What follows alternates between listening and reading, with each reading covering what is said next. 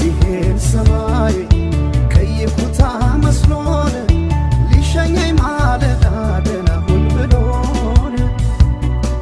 ዛሬ ስነገ ስል ልቀይሮይ ቦታን የቆረጠው ልቤ ደሞ አመነታን የቆረጠው ልቤ ደሞ አመነታን ብሂድ ወይ ጨክኜ ልጓዝ በቃ ስንቄን ቋጥሬ ደሞ እንዳመሉ